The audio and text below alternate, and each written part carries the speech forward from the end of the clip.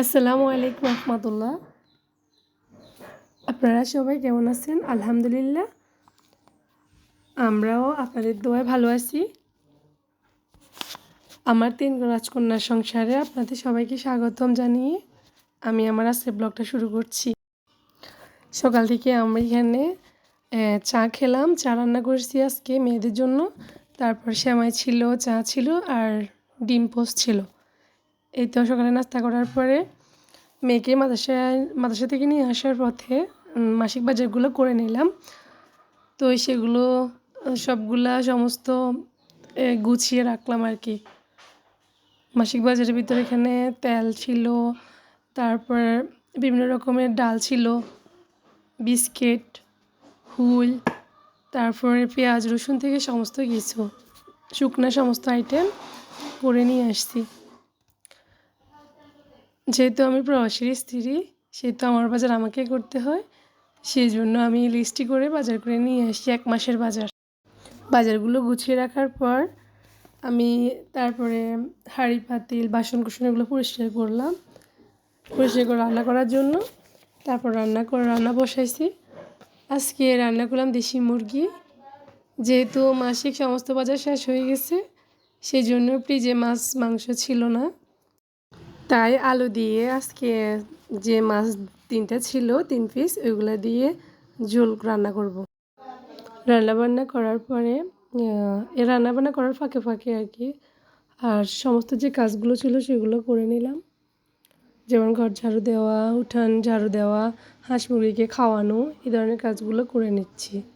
করে নেওয়ার পর এখানে দেখতে পাচ্ছেন তরকারির পেঁয়াজ রসুন টমেটো এসব কিছু দিয়ে দেওয়ার পরে একটু লবণ দিয়েছিলাম। লবণগুলো কষানোর পরে এখানে সমস্ত রকম মশলা দিয়ে দিচ্ছি, হলুদ, মরিচ, মশলা এসব কিছু দেওয়ার পর মশলাগুলো কষানো হওয়ার পর এখানে যে মাছ ভাজি করে রাখছিলাম সেগুলো দিয়ে দিছি।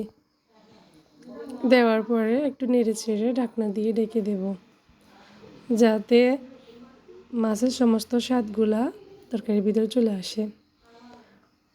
এভাবে তরকারি রান্না করলে ভালো হয়। মাছগুলো কষানোর পর এক সাইডে একটা প্লেটে রেখে দিয়ে তারপর আলুগুলা যে সবজি দিয়ে রান্না করুক না কেন, আলু হোক যে কোনো সবজি দিয়ে মাছ কষানো হওয়ার পর তুলে নিয়ে তারপর রান্না করলে খুব ভালো হয় খেতে।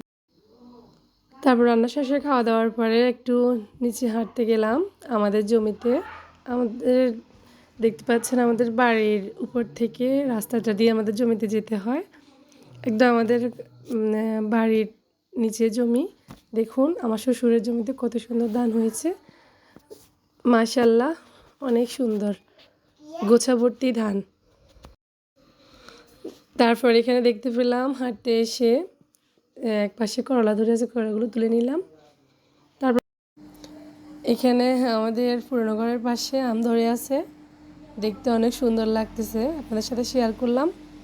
তারপরে তো আমরা মাগরিবের আগে সন্ধ্যার আগে তরমুজ কাটলাম, খেলাম, মেয়েদের খাওয়ালাম। আমার মেজো মেয়ে খাচ্ছে, সবাই মাশাআল্লাহ বলবেন। আমার ছোট মেয়েও খাচ্ছে, সবাই মাশাআল্লাহ বলে যাবেন। আমিও খেলাম, আমার বড় মেয়েও খেলো, আমার শ্বশুর শাশুড়িকে দিয়ে আসলাম। আলহামদুলিল্লাহ, আমাদের জন্য সবাই দোয়া করবেন। আল্লাহ হাফেজ।